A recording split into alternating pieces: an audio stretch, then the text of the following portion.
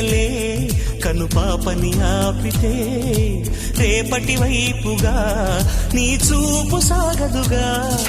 చుట్టమల్లె కష్టమొస్తే కళ్ళ నీళ్లు పెట్టుకుంటూ కాళ్ళు కడిగి స్వాగతించకు. ఒక్క చిన్న నవ్వు నవ్వి సాగనంపకుండా లేనిపోని సేవ చెయ్యకు. మిణుగురులా మిలమిల మెరిసే దరహాసం చాలు కదా. ముసురుకునే నిశి విలవిలలాడుతూ పరుగులు తీయదా.